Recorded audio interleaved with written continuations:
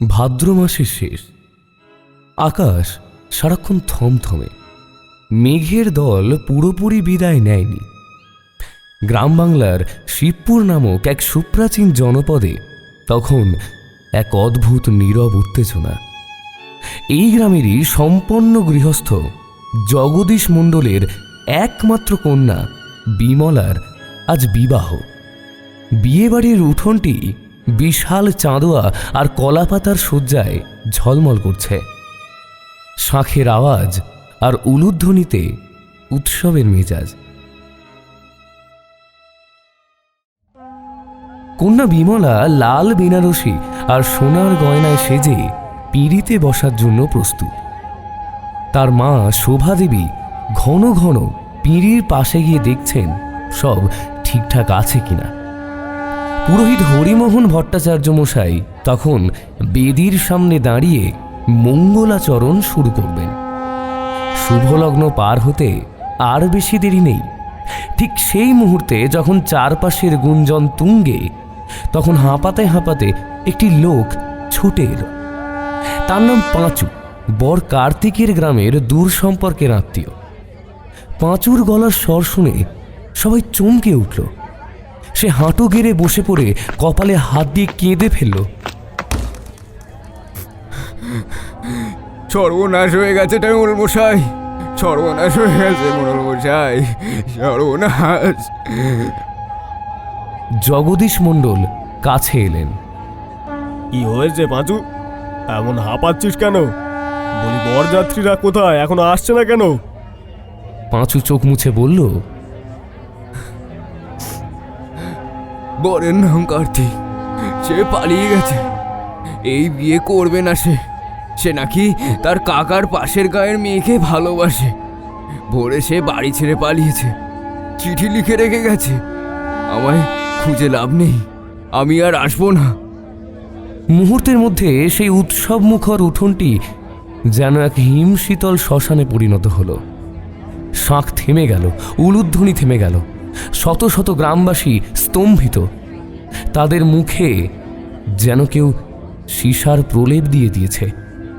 কোণে বিমলা পিঁড়িতে বসার জন্য তৈরি ছিল। তার চোখ দিয়ে কেবল নীরবে জল গড়িয়ে পড়তে লাগলো। জগদীশ মণ্ডল পাথরের মূর্তির মতো দাঁড়িয়ে রইলেন। শোভাদেবী হাউমাউ করে উঠলেন।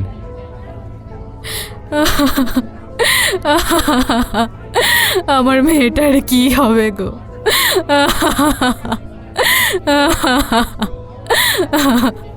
হঠাৎ পুরোহিত মশাই হরিমোহন উঠে দাঁড়ালেন। তার মুখ তখন চিন্তায় ফ্যাকাশে। জগদীশ, কি সর্বনাশ হলো! তোমরা শুধু লোক নিন্দা নিয়ে ভাবছো, কিন্তু একটা মহা অশুভের দিকে নজর দাও। আর মাত্র আধ ঘন্টা বাকি। এই শুভ লগ্ন, যা অনেক হিসেব করে স্থির করা হয়েছিল, সেই লগ্ন যদি পার হয়ে যায়, তবে বিমলা লগ্নভ্রষ্টা হবে। এ লগ্নভ্রষ্টা হওয়া যে শুধু বিয়ে না হওয়া নয়, এ ঘোর অমঙ্গল। লগ্নভ্রষ্টা কন্যাকে ঘরে রাখা যায় না, তাকে অভিশাপ পিছু নেয়, গ্রাম বিপদে পড়তে পারে। জগদীশ মণ্ডল মাথা নিচু করে বললেন, আমি জানি পুরোহিত মশাই, কিন্তু কি করতে পারি বলুন তো? এই শেষ মুহূর্তে কাকে ধরবো? গায়ের কোনো ছেলেকে ধরে এনে কি বিয়ে দেবো তার সঙ্গে? আপনারাই বলুন, ভালো ছেলে, কোনো চরিত্রবান ছেলে, তাকে তো আর 2-4 ঘন্টার নোটিশে পাওয়া যায় না। আমার মেয়ের জীবনটা কি কোনো খেলনা নাকি, যে কোনো ছেলের হাতে তুলে দেব? শোভাদেবী চোখের জল মুছে এসে স্বামীকে সমর্থন করলেন। না গো, তা হয় না। আমাদের মেয়ের ভাগ্য এমন হতে পারে না। আমরা অপেক্ষা করব, কিন্তু লগ্নভ্রষ্টা হওয়া কি কোনোভাবে আটকানো যায় না? হরিমোহন ভট্টাচার্য কিছুক্ষণ চোখ বন্ধ করে কি যেন ভাবলেন। তারপর বললেন, একটি উপায় আছে, শাস্ত্রের নিদান আছে, তবে এটি সাধারণ পদ্ধতি নয়, এটি লোক আচার। এ দিয়ে কন্যার লগ্নটি পার করানো যায়, যাতে সে লগ্নভ্রষ্টা না হয়। জগদীশ, তুমি কি রাজি? কি করতে হবে বলুন? একটি শুভ্র ছাগ শিশু প্রয়োজন। তাকে এনে কন্যার সামনে পুজো করতে হবে, তারপর তাকে ছেড়ে দিতে হবে। এই ছাগলটি হেঁটে হেঁটে গিয়ে গ্রামের মধ্যে যে প্রথম গাছের পাতা খাবে সেই বৃক্ষের সঙ্গে বিমলার প্রতীকী বিয়ে দিতে হবে। সেই গাছকে বর মনে করে কন্যার হাতে মন্ত্রপুত সুতো বেঁধে দেওয়া হবে। এতে লগ্ন পার হবে আর কন্যার ওপর কোনো অশুভ ছায়াও পড়বে না। এই কথা শুনে গ্রামে মৃদু গুঞ্জন শুরু হলো। অনেকে বলল, একই আচার, হ্যাঁ, গাছকে বিয়ে। আবার অনেকে বলল,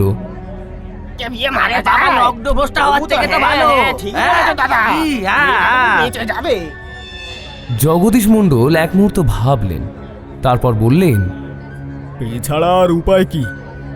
মেয়ের অমঙ্গল তো আমি দেখতে পারবো না, যা বলেন তাই হবে। তাড়াতাড়ি একটা সাদা রঙের পাঁঠার ছাগল আনা হলো। হরিমোহন মশাই দ্রুত কিছু মন্ত্র পড়ে ছাগলটির গলায় একটি লাল সুতো বেঁধে দিলেন এবং তাকে গ্রামের দিকে ছেড়ে দিলেন।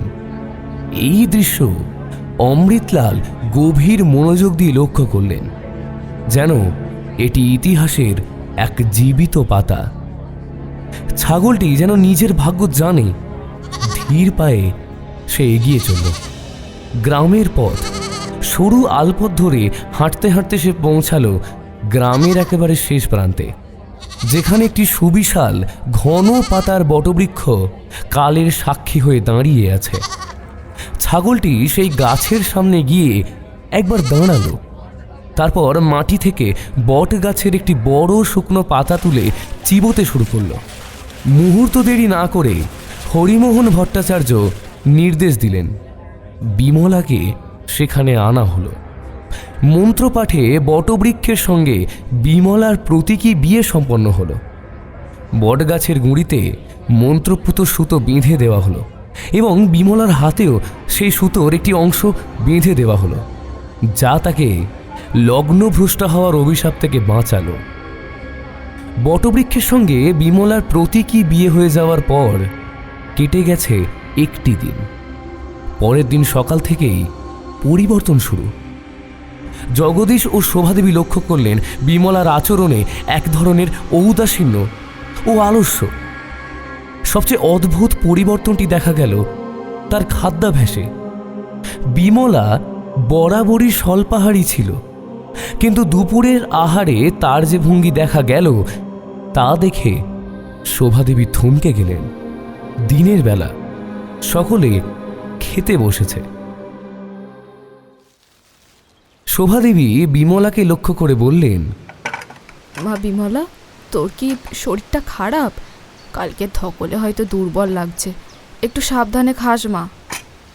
বিমলা সাধারণত তার থালার অর্ধেকের বেশি ভাত ফেলে দিত। আজ সে দ্রুত হাতে সমস্তটাই সাবার করে দিল। তারপর থালাটা ঠেলে দিয়ে চাপা ক্ষুধার্ত গলায় বলল, মা, আরো দাও, খুব খিদে পেয়েছে। শোভাদেবী অবাক হলেন। হ্যাঁ, আরও? এত ভাত তো তুই কখনো খাস না, আজ কি হলো? জানি না, খুব খিদে, পেটের মধ্যে যেন আগুন জ্বলছে। মেয়ের এমন ক্ষুধার্ত রূপ দেখে জগদীশও চিন্তিত হলেন।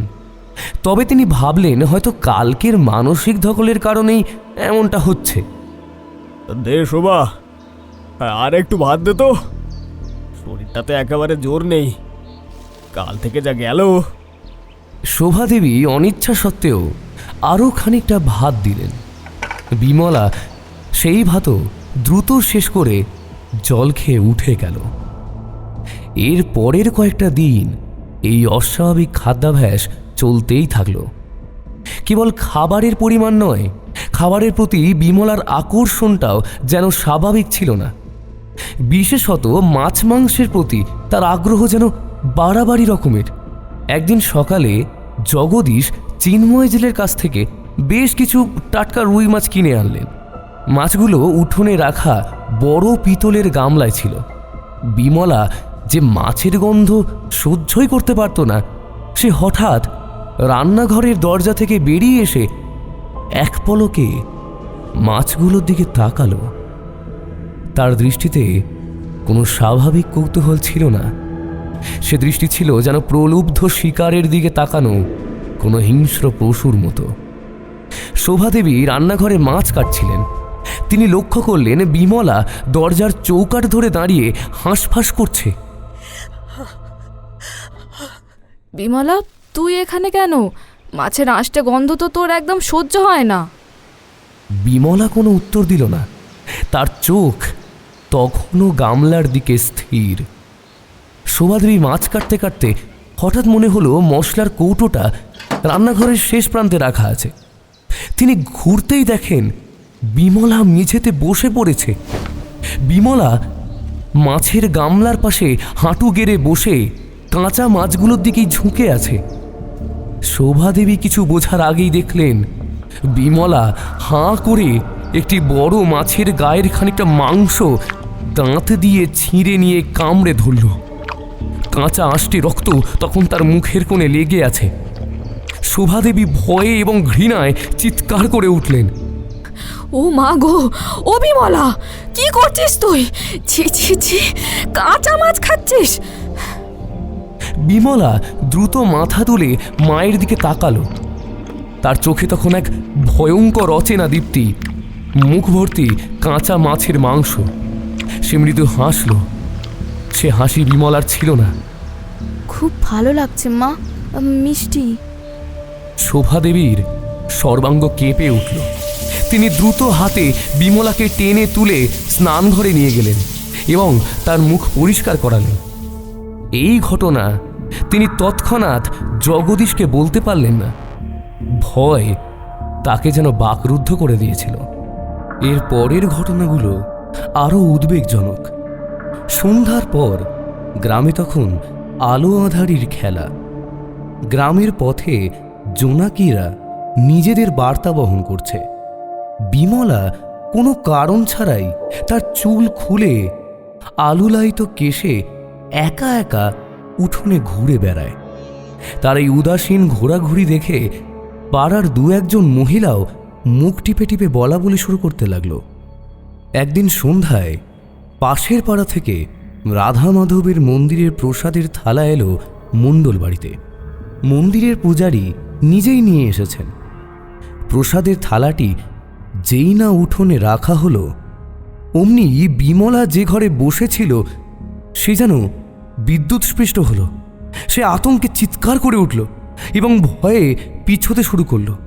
তার চোখ দুটো যেন আগুনের হলকার মতো জ্বলছে। ওটা সরাও, এক্ষুনি সরাও। কি বলছিস মা? এটা প্রসাদ ভগবানের, কেন ভয় পাচ্ছিস? বিমলার মুখ তখন অদ্ভুতভাবে বেঁকে গেছে। আলো, খুব আলো, ওটা জ্বালাচ্ছে আমাকে। ওটা ভেতরে আসতে পারবে না। শোভাদেবী আর সহ্য করতে পারলেন না। তিনি পূজারীকে দ্রুত প্রসাদ ফিরিয়ে নিতে অনুরোধ করলেন। গভীর সন্ধ্যায় শোভাদেবী বিমলার ঘরে গেলেন। বিমলা বিছানায় শুয়েছিল, চোখ খোলা। বিমলা মা, তুই ঠিক আছিস তো? আমার কেন মনে হচ্ছে তুই আর আগের মতো নেই। তোর কি কোনো কষ্ট হচ্ছে, কোনো সমস্যা? বিমলা মায়ের দিকে তাকালো। তার দৃষ্টিতে কোনো আবেগ নেই। আমি ঠিক আছি মা। তবে এমন কেন করছিস? কাঁচা মাছ খাওয়া, প্রসাদে ভয় পাওয়া, সন্ধ্যার সময় অমন করে চুল খুলে ঘোরা। তুই আমায় বল, আমি তোর মা, তোর সব সমস্যা আমি মেটাবো। বিমলা কিছু বলল না, শুধু চোখ দিয়ে তাকিয়ে রইল। শোভাদেবী মেয়ের কপালে হাত বুলিয়ে দিলেন। কপালটা স্বাভাবিকের চেয়ে একটু বেশি শীতল বলে মনে হলো তার। আশ্বস্ত হতে না পেরে তিনি ঘর থেকে বেরিয়ে এলেন। দরজার কাছে এসে একবার পিছু ফিরে মেয়ের দিকে তাকালেন। ঘরের মধ্যে আবঝা অন্ধকারে বিমলা তখনও বিছানায় শুয়ে আছে, কিন্তু এবার তার ঠোঁটের কোণে একটি বাঁকা চাপা হাসি। সে বিড়বিড় করে নিজের সঙ্গে নিজেই কথা বলছে, যদিও কোনো শব্দ বোঝা গেল না। হাসির শব্দটা এত চাপা তবুও সেটা শুনে শোভাদেবীর সারা শরীর কাঁটা দিয়ে উঠল। হাসিটা যেন বিমলার নয়, অন্য কোনো এক সত্তার। শোভাদেবী দ্রুত পা চালিয়ে গেলেন জগদীশ মণ্ডলের ঘরের দিকে। তার শরীর তখন ভয়ে কাঁপছে। দরজা ঠেলে ভেতরে ঢুকে তিনি কাঁদতে শুরু করলেন।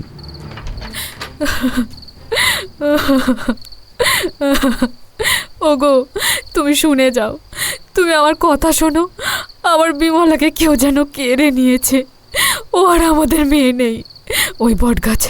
ওই বটগাছটার জন্যই সব হচ্ছে। আজ রাতেও তিনি ফিসফিস করে কাঁচা মাছ খাওয়া, প্রসাদে ভয় পাওয়া এবং শেষের বিড়বিড় করে হাসার ঘটনাটি সবিস্তারে জগদীশকে বললেন। জগদীশ মণ্ডল এতদিন যিনি বিষয়টিকে লোকনিন্দা বা মেয়ের মানসিক দুর্বলতা ভাবছিলেন, তিনি এবার স্ত্রীর কথা শুনে গভীর চিন্তায় ডুবে গেলেন। তার মুখ ভয়ে বিবর্ণ হয়ে গেল। শোভাদেবীর কথা শুনে জগদীশ মণ্ডল অস্থির চিত্তে নিজের ঘরে শুয়েছিলেন। ঘড়ির কাঁটায় তখন রাত প্রায় 2টো। বাইরে ঝিঝি পোকার ডাক ছাড়া আর কোনো শব্দ নেই।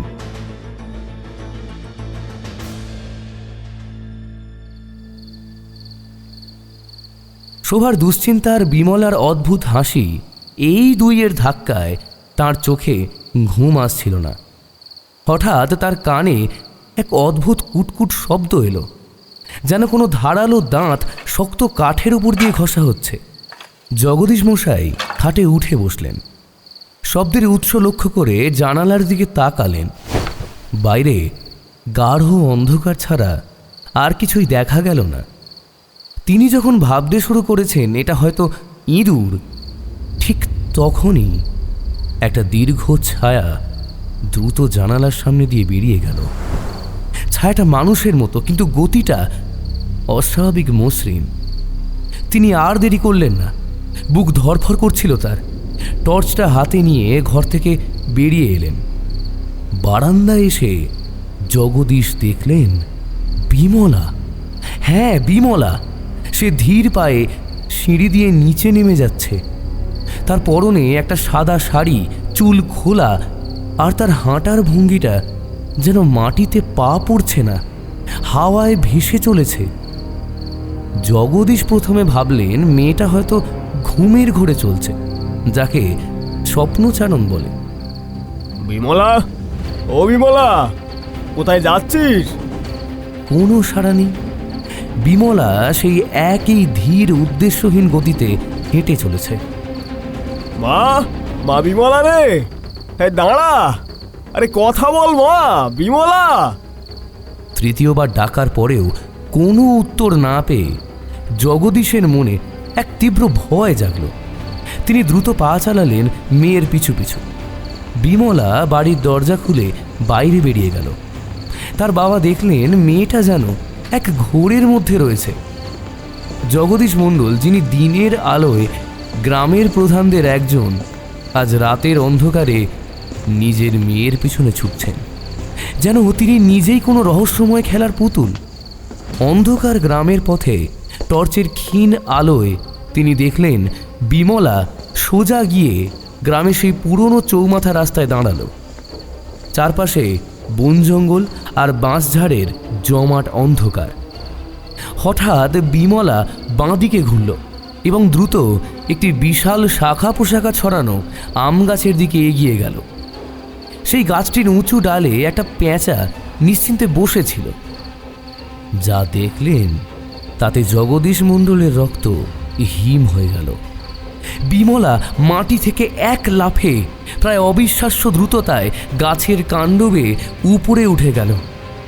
পেঁচাটা কিছু বুঝে ওঠার আগেই বিমলা তার নরম শরীরটাকে খপ করে ধরল। একটা মট করে শব্দ, তারপরে এই বিমলা পেঁচার ঘাড় মোটকে দিল। পরের দৃশ্য আরও ভয়ঙ্কর। বিমলা পেঁচাটাকে নিজের মুখের কাছে ধরল, তারপর হিংস্রভাবে ঘাড়ের মাংস ছিঁড়ে কামড়ে ধরল। পেঁচার রক্ত তখন টপটপ করে বিমলার সাদা শাড়ির ওপর পড়ছে। বিমলা যেন সেই উষ্ণ রক্ত পান করছে, আর এই ভয়াবহ কাজের মাঝে বিমলা একবার বাবার দিকে তাকালো। সেই চোখে কোনো লজ্জা বা ভয় ছিল না, ছিল এক বিভীষিকাময় বিকৃত হাসি, যা দেখে মনে হলো বিমলার শরীরটা শুধু একটা আশ্রয়, ভেতরে অন্য কোনো সত্তা তার খেলা দেখাচ্ছে। জগদীশ মণ্ডলের আর এক মুহূর্ত সেখানে থাকার সাহস পেল না। তিনি ভয়ে চিৎকার করতেও পারলেন না, পা যেন চলতেই চাইছিল না।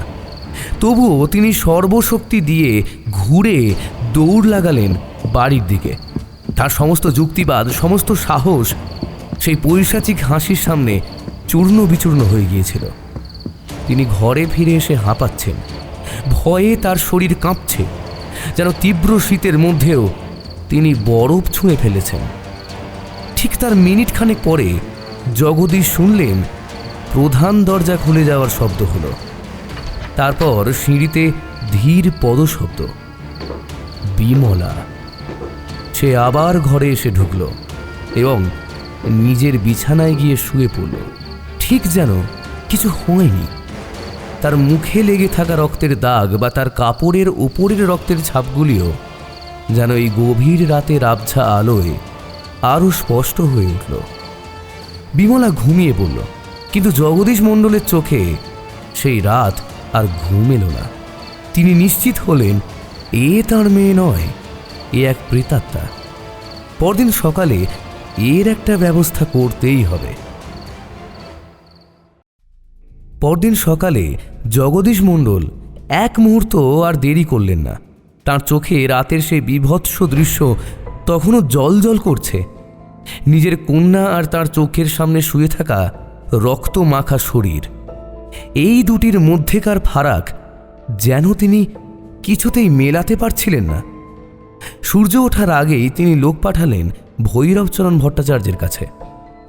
ভৈরবচরণ, যিনি কেবল এই গ্রামেরই নন, পাশের 10-12টি গ্রামের মধ্যে গণ্যমান্য তান্ত্রিক হিসেবে পরিচিত।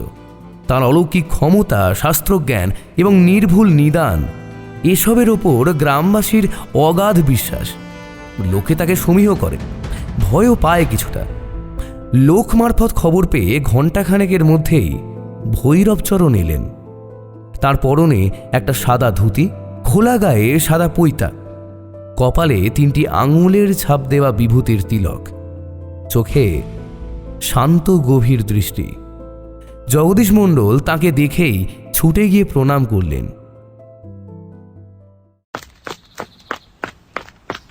গুরুদেব, আপনি এসেছেন। বাঁচান গুরুদেব, আমাদের বাঁচান।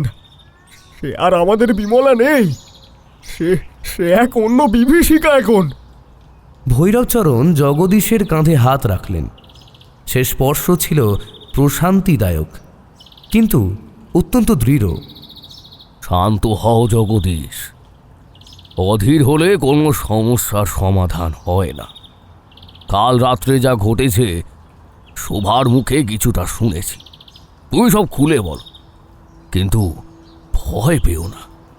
আমি থাকতে তোমার অমঙ্গল হবে না। জগদীশ মণ্ডল ডুকরে কেঁদে উঠলেন।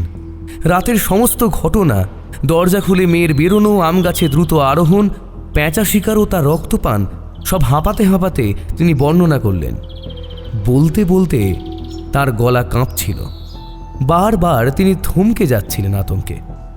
শোভাদেবীও একপাশে দাঁড়িয়ে আঁচলে মুখ মুছছিলেন। সব শুনে ভৈরবচরণ মাথা নাড়লেন। তার চোখে কোনো বিস্ময় বা আতঙ্ক ছিল না, বরং গভীর এক জ্ঞানীর স্থিরতা। আমি বুঝতেই পেরেছিলাম এ অতি পুরাতন আর এক ভয়ঙ্কর প্রেতকর্ম। তোমরা যে কাজ করেছ তা কেবল বিপদ থেকে বাঁচতে গিয়ে আরো বড় বিপদকে আহ্বান করা। কি বলছেন কি গুরুদেব? পুরোহিত মশাই, হরিমোহন মশাই তো শাস্ত্র মতেই লগ্ন ভ্রষ্ট হওয়া থেকে বাঁচাতে গিয়েই তো। হরিমোহন যা করেছেন তা ভুল নয় জগদীশ, কিন্তু তিনি শুধু শাস্ত্রের শুকনো পাতা পড়েছেন, লোক আচারের গভীরতা বোঝেননি। ও লগ্ন পার করার যে পদ্ধতি, তার একটি গোপন অংশ আছে। যে বৃক্ষের সঙ্গে কন্যার প্রতীকী বিয়ে হয় সে যদি কোনো প্রেত সিদ্ধ বৃক্ষ হয়, যেমন বট, অশ্বত্থ বা শিমুল, তবে সেই গাছের ডালে বা কোটরে থাকা কোনো অশুভ প্রেতাত্মা প্রতীকী বিবাহের মাধ্যমে কন্যার দেহে প্রবেশ করার সুযোগ পায়। বিশেষত বটবৃক্ষ, ওতে ব্রহ্মতালুর নিচে থাকা অতি ভয়ঙ্কর ডাইনি আত্মা বা পেতনির বাস থাকে। ছাগলের সেই গাছের পাতা খাওয়া সে তো শুধু পথ নির্দেশ ছিল। আসল ঘটনা, তুমি নিজের কন্যার জন্য বর বেছে আনোনি, এনেছো তার জন্য এক প্রেত সিদ্ধ সঙ্গীকে। শোভাদেবী শিউরে উঠলেন। তবে কি আমাদের বিমলা আর ফিরবে না? ফিরে আসবে, ভয় পেও না। আমার কাছে এর নিধান আছে, তবে এটি বড় শক্ত কাজ। এই শক্তি বিমলার শরীরের গভীরে শিকড় গেড়ে বসেছে, একে সহজে তাড়ানো যাবে না। আজ রাতে আমি এর প্রথম পরীক্ষা করব। ভৈরবচরণ কোমর থেকে একটা ছোট্ট কাপড়ের থলি বের করলেন। থলি থেকে বেরিয়ে এলো একটি সম্পূর্ণ হলুদ সদ্য তোলা লেবু। লেবুটির গায়ে সামান্য সিঁদুরের প্রলেপ। জগদীশ, এই লেবুটি তুমি নিজে হাতে আজ রাতে তোমার কন্যার বালিশের ঠিক নিচে রেখে আসবে। কেউ যেন না জানে। তোমার কন্যা ঘুমিয়ে গেলে তবেই এটি রাখবে। আর তুমি নিজে আজ রাতে তার ঘরের দিকে ভুল করেও যাবে না। সকালে সূর্য ওঠার আগে তুমি এই লেবুটি আবার তুলে আনবে। তারপর সেটি নিয়ে সোজা আমার কাছে চলে আসবে। মনে রাখবে, লেবুটি যেন কেউ স্পর্শ না করে, বিশেষত বিমলা যেন লেবুটি দেখতে না পায়।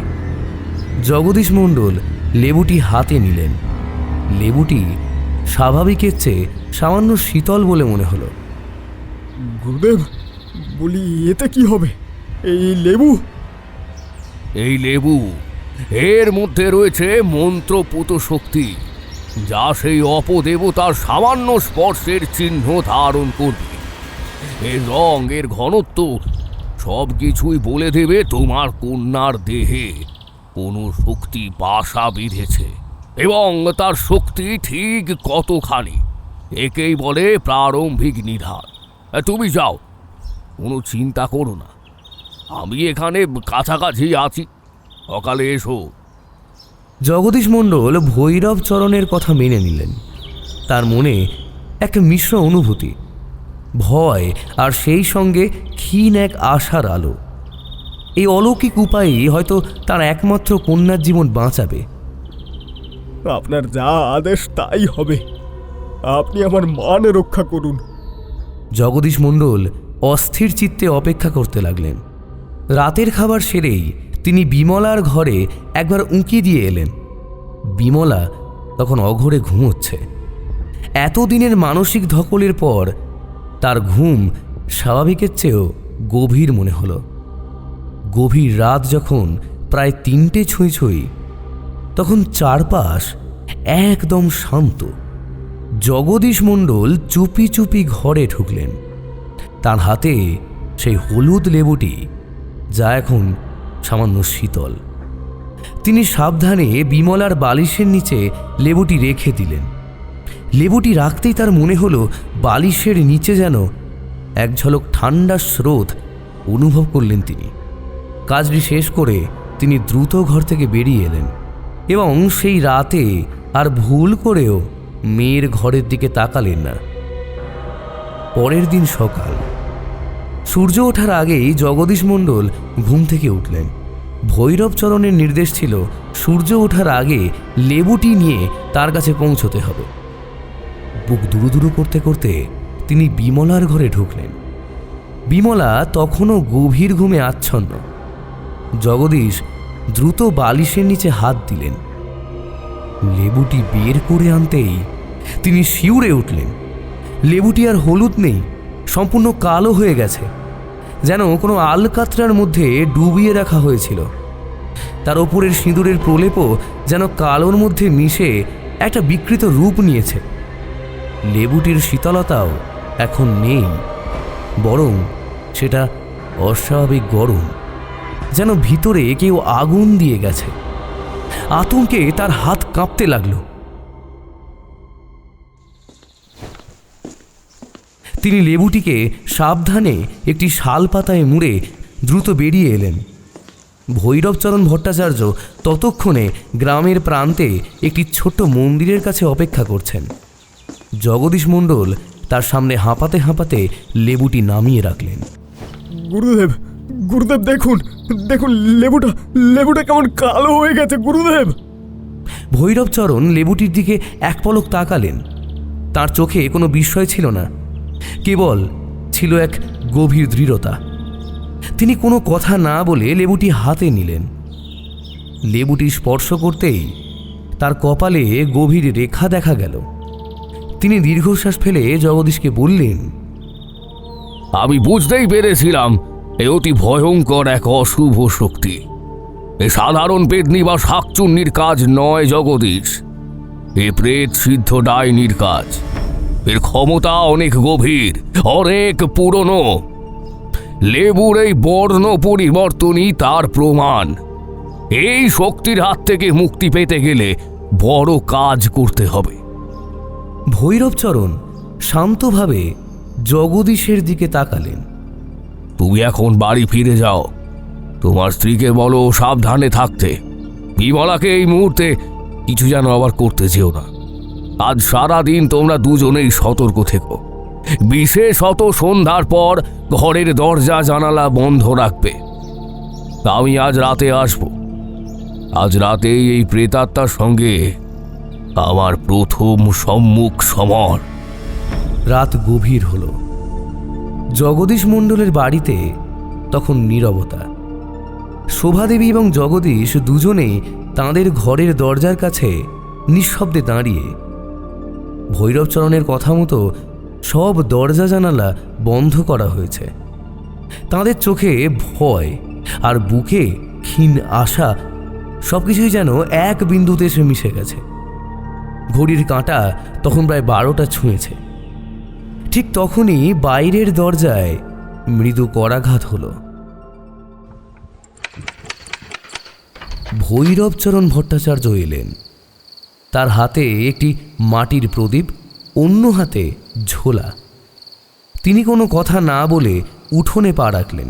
তারপর জগদীশদের ঘরের দরজার কাছে এসে বসে পড়লেন। তার চোখগুলি বন্ধ, কপালে বিভূতির তিলক আরও জ্বলজ্বল করছে। তিনি তার ঝোলা থেকে একটি রুদ্রাক্ষের মালা বের করে হাতে নিলেন এবং গভীর স্বরে মন্ত্রপাঠ শুরু করলেন। ওং হ্রিং ক্রিং কালিকায় নমঃ। তার কণ্ঠস্বর যেন এক গভীর খাদ থেকে উঠে আসছে, গোটা বাড়িকে যেন কাঁপিয়ে তুলছে। মন্ত্রের প্রথম প্রহরেই ঘরের মধ্যে থাকা আলোগুলি হঠাৎ কেঁপে উঠল। প্রদীপের শিখাগুলি যেন পাগলের মতো নাচতে শুরু করল। আর সেই আলো ছায়ার খেলায় ঘরের দেওয়ালের ছায়াগুলিও বিকৃত রূপ নিতে লাগল। জগদীশ ও শোভাদেবী পাথরের মূর্তির মতো দাঁড়িয়ে রইলেন, শ্বাসরুদ্ধ তারা। হঠাৎ উপরতলার সিঁড়ির দিকে তাদের চোখ গেল। আবঝা আলোয় দেখা গেল একটা দীর্ঘ ছায়া দ্রুত নিচে নেমে আসছে। ছায়াটা মসৃণ কিন্তু অস্বাভাবিক দ্রুত। সিঁড়ির শেষ ধাপে যখন ছায়াটা এসে দাঁড়ালো, তখন জগদীশ ও শোভাদেবীর সারা শরীর ভয়ে জমে গেল। সেটা বিমলা, কিন্তু সে আর তাঁদের মেয়ে নেই। তার পরনের সাদা শাড়িটা এলোমেলো, খোলা চুলগুলো যেন রাতের বাতাসের সাথে মিশে একাকার। তার মুখটা বদলে গেছে, যেন চামড়া টেনে ধরে কেউ তাকে এক বিকৃত হাসির রূপ দিয়েছে। সবচেয়ে ভয়ঙ্কর তার চোখ। তার চোখ আগুনের গোলার মতো জ্বলছে, আর মনে হলো যেন চোখ দুটো বাইরে বেরিয়ে আসছে। সে যেন কোনো সাধারণ মানুষ নয়, বরং এক আদিম হিংস্র সত্তার প্রতিচ্ছবি। বিমলা দরজার দিকে স্থির দৃষ্টিতে তাকালো। তার মুখ থেকে এক চাপা অমানসিক গর্জন বেরিয়ে এলো। সে এক লাফে ভৈরবচরণের দিকে ঝাঁপিয়ে পড়ল, কিন্তু আক্রমণকারী বিমলার কাছে পৌঁছানোর আগেই হঠাৎ এক অদৃশ্য শক্তি যেন তাকে মাঝপথে থামিয়ে দিল। মনে হলো দুজনের মাঝখানে যেন এক কাঁচের দেওয়াল তৈরি হয়ে গেছে। বিমলা সেই অদৃশ্য বাঁধায় ধাক্কা খেয়ে এক মুহূর্তের জন্য থমকে গেল। তার চোখ থেকে আরও তীব্র আলো বিচ্ছুরিত হলো। ভৈরবচরণ তখন চোখ খুললেন। তার মুখে এতটুকু ভয় নেই, কেবল স্থিরতা আর দৃঢ়তা। এক মুহূর্তে তিনি হাতে থাকা রুদ্রাক্ষের মালাটি গলায় পরে নিলেন। তারপর দ্রুত ঝোলা থেকে একটি ছোট কাঁসার পাত্র বের করলেন। পাত্রটিতে গঙ্গা জল ভরা। উঠে দাঁড়িয়ে তিনি সেই পবিত্র জল মন্ত্রের সাথে বিমলার দিকে ছুঁড়ে দিলেন। জলকণাগুলি যেন তীব্র অ্যাসিডের মতো বিমলার শরীরে পড়ল। একটি তীব্র আর্তনাদ করে বিমলা দুপা পিছিয়ে গেল। তার চোখে সেই ভয়ঙ্কর আলো যেন এক মুহূর্তে নিভে গেল। সে হাত দিয়ে নিজের শরীর ঢাকতে গিয়ে মাটিতে লুটিয়ে পড়ল। ভয়ে যেন তার সমস্ত শক্তি কেড়ে নিয়েছে সেই জল। বিমলার শরীর থেকে নির্গত অমানসিক গর্জনে ঘর কেঁপে উঠছিল। আর ভৈরব মন্ত্রপাঠ করতে লাগলেন। গঙ্গাজল ছিটিয়ে দেওয়ার পর বিমলা সাময়িকভাবে পিছু হটলেও তার ভেতরের সত্তা হার মানার পাত্র ছিল না। সে মাটিতে লুটিয়ে থেকেও আবার বিদ্যুতের গতিতে উঠে দাঁড়ালো। শুরু হলো এক দীর্ঘ শ্বাসরুদ্ধ করা লড়াই। প্রেত বিমলা তীক্ষ্ণ পশুর মতো চিৎকার করতে করতে কখনো মেঝেতে গড়াগড়ি খাচ্ছে, কখনো শূন্যে ঝাঁপিয়ে ভৈরবকে আক্রমণ করতে চাইছে। ভৈরব স্থির, তার গলার রুদ্রাক্ষের মালাটি যেন একটি সুরক্ষিত কবচ। তিনি শুধু মন্ত্রের বাঁধনে বিমলার প্রতিটি আক্রমণকে নিবৃত করতে লাগলেন। ঘরের জিনিসপত্র ভাঙতে শুরু করল সে। বাতাসে যেন তীব্র গন্ধ। বিমলার শরীর তখন থরথর করে কাঁপছে, যেন তার ভেতরের শক্তি ও বাইরের মন্ত্রের সংঘর্ষে সে নিজেই এক প্রলয়ের কেন্দ্রবিন্দু। অনেকক্ষণ ধরে চলল এই অলৌকিক শক্তি পরীক্ষা। জগদীশ ও শোভাদেবী এক পাশে দাঁড়িয়ে শুধু ডুকরে কাঁদছেন, কিন্তু ভয়ে 1 ইঞ্চিও নড়তে পারছেন না। অবশেষে ভৈরবচরণ এক গভীর শ্বাস নিলেন। ঝোলা থেকে তিনি বার করলেন এক মুঠো হলুদ ও সিঁদুর মিশ্রিত মন্ত্রপুত ছাই। মন্ত্রের শেষ কয়েকটি শব্দ উচ্চারণ করে বিদ্যুৎ বেগে সেই হলুদ সিঁদুর বিমলার দিকে ছুঁড়ে দিলেন। হলুদ ও সিঁদুরের সেই স্পর্শ যেন আগুনের থেকেও বেশি জ্বালাময়। বিমলার শরীর তখন এমনভাবে কেঁপে উঠল যেন তার স্নায়ুতন্ত্রে কেউ তীব্র আঘাত এনেছে। এক যন্ত্রণাময় আর্তনাদ করে সে সেখানেই মাটিতে বসে গেল, হাত দিয়ে মাথা চেপে ধরে। তার চোখ থেকে আগুনের দীপ্তি নিভে গিয়ে এক শীতল শূন্য দৃষ্টি নেমে এলো। ভৈরবচরণ ধীরে ধীরে তার কাছে এগিয়ে গেলেন। কে তুই? কেন এই নিষ্পাপ কন্যার শরীর দখল করেছিস? আমি তোকে আদেশ করছি, এখনই এই শরীর ছেড়ে দে। বল বল তুই কে? বিমলা মাথা নিচু করে বসে রইল। তারপর তার ভেতর থেকে যেন এক অন্য মেয়ের গলায় ভেসে এলো এক চাপা হিংস্র স্বর। সে স্বর বিমলার নয়, অনেক শীতল ও তীক্ষ্ণ।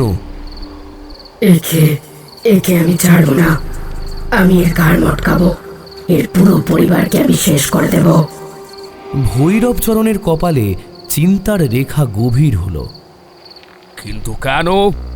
কেন এমন কাজ করবি তুই? তোর সঙ্গে এদের কি শত্রুতা? এরা তোর কি ক্ষতি করেছে যে এত আক্রোশ তোর? প্রেত স্বরটি এবার যেন আরো কিছুটা স্পষ্ট হলো। এর সঙ্গে আমারও কোনো শত্রুতা নেই, কিন্তু এই গ্রামের সব মানুষের সঙ্গেই আমার শত্রুতা। কেন? কেন এই গ্রামের মানুষ? প্রেত স্বরটি তখন এক দীর্ঘশ্বাস ফেলল, যা বিমলার শরীর থেকে বেরিয়ে এলেও তার নিজস্ব ছিল না। সেই চাপা হিমশীতল স্বরটি এবার ধীরে ধীরে স্পষ্ট হয়ে এলো, যেন বহু পুরনো কফিন থেকে কেউ কথা বলছে। শত্রুতা, হ্যাঁ শত্রুতা। এই গ্রামের প্রতিটা ধূলিকণা আমার কাছে বিষ। প্রতিটা মানুষ যারা সেদিন আমাকে মরতে দেখেছিল, যারা আমার বাঁচবার আশা কেড়ে নিয়েছিল, তারা সবাই আমার শত্রু। তুমি জানতে চেয়েছো কেন? তবে শোনো, এ শুধু এইটুকু নয়, এ অনেক বছরের কান্না, এক নিভে যাওয়া জীবনের অভিশাপ। স্বরের মধ্যে এবার একটা অচেনা বিষাদ নেমে এলো, যা শুধু রাক্ষসী আক্রোশ ছিল না, ছিল এক গভীর ক্ষত। আমার নাম ছিল রুক্মিণী। এই গ্রামে আমি জন্মেছিলাম আজ থেকে বহু বছর আগের কথা, যখন এই বটবৃক্ষ এতটাও বুড়ো হয়নি। গ্রামের সম্পন্ন গৃহস্থের মেয়ে ছিলাম আমি, ঠিকই জগদীশ মণ্ডলের মতোই। কিন্তু মন যে বাঁধন মানে না গুরুদেব। আমার মন চুরি করেছিল পাশের পাড়ার অরুণ। সে ছিল গরিব ঘরের ছেলে, অন্য জাতের, সমাজের চোখে যাকে বলে ছোট। আমাদের দুজনের বিয়ে ছিল অসম্ভব। আমার বাবা মাও জানতেন এই সম্পর্ক গ্রামের চোখে পাপ। রুক্মিণীর কণ্ঠস্বর যেন কাঁপতে শুরু করলো, ভেতরের যন্ত্রণা প্রকাশ পেতে লাগলো তার। কিন্তু আমি তাকে ভালোবেসেছিলাম। প্রতিটা নিঃশ্বাসে তার নাম ছিল। লুকিয়ে লুকিয়ে দেখা করতাম এই গ্রামেরই আলপথে, বট গাছের নিচে। আমরা ঠিক করেছিলাম সমাজ না মানলে কি হবে, আমরা পালিয়ে যাব, নতুন জীবন শুরু করব। আমি আমার সব গয়না, সব সুখ ত্যাগ করতে রাজি ছিলাম। শুধু তার হাত ধরে বাঁচতে চেয়েছিলাম। যেদিন রাতে আমাদের পালানোর কথা ছিল, সেদিন আমার মনে ছিল না কোনো দ্বিধা, বাড়ির পিছুটানো ছিল না। আমি শুধু অরুণকে চেয়েছিলাম। প্রেতস্বরটি এবার এক চাপা ভেতরের কান্না হয়ে বেরিয়ে এলো। মধ্যরাতে আমি সব ফেলে একা বেরিয়েছিলাম। বট গাছের নিচে দাঁড়িয়ে রইলাম, যেখানে আমাদের মিলিত হওয়ার কথা। কিন্তু সে এলো না। 1 ঘন্টা 2 ঘন্টা, রাত শেষ হয়ে আসছে, অরুণ এলো না। আমার বুকটা ভেঙে গেল গুরুদেব। আমি বুঝলাম সে প্রতারক, সে আমাকে ভালোবাসেনি। আমার সব আশা, সব স্বপ্ন চুরমার হয়ে গেল। আমি ভাবলাম ভালোবাসার নাম করে সে শুধু আমার সরলতার সুযোগ নিয়েছে। কিন্তু ভালোবাসার জন্য আমি সব ছেড়ে এলাম, আর সে এলো না। ভৈরবচরণ স্থির চোখে রুক্মিণীর দিকে তাকিয়ে রইলেন। জগদীশ ও শোভাদেবী ফিসফিস করে কাঁদতে লাগলেন।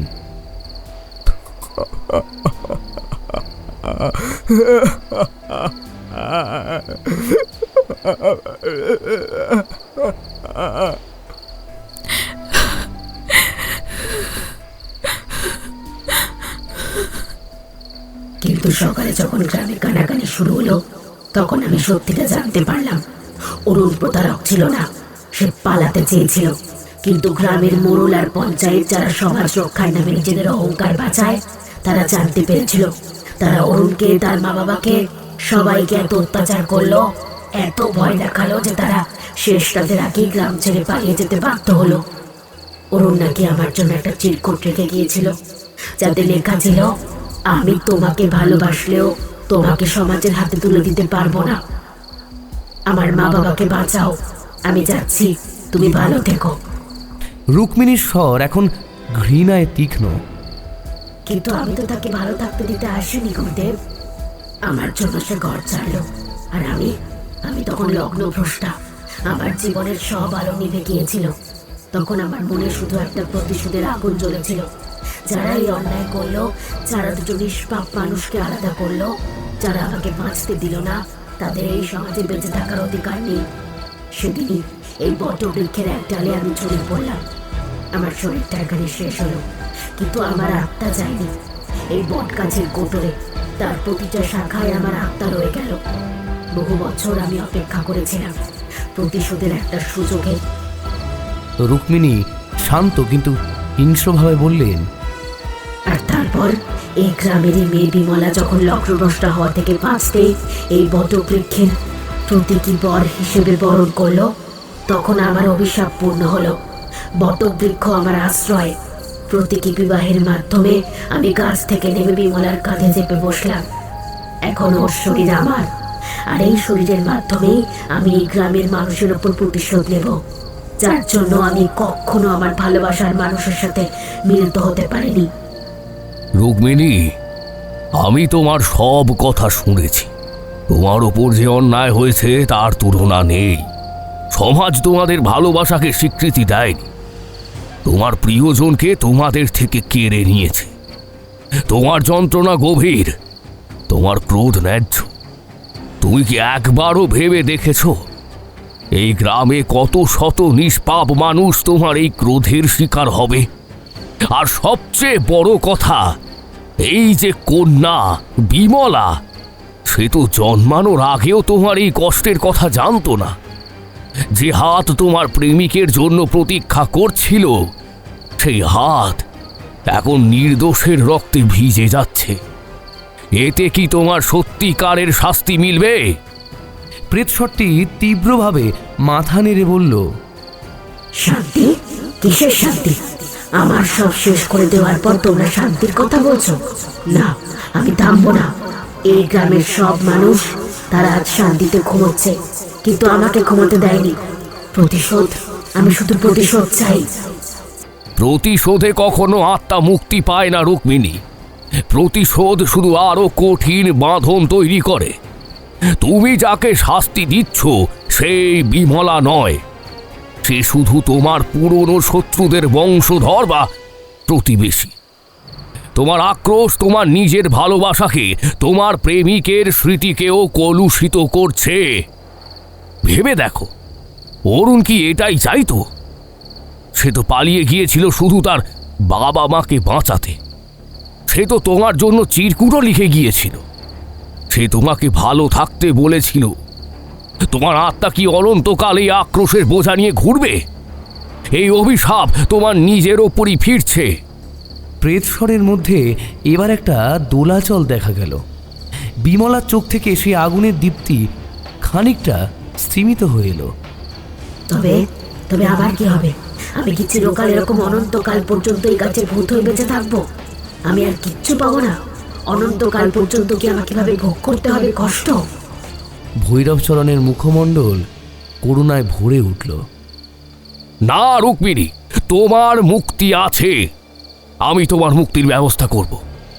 তোমার ভালোবাসা হয়তো এই জীবনে পূর্ণ হয়নি, কিন্তু তোমার আত্মা শান্তি লাভ করতে পারে।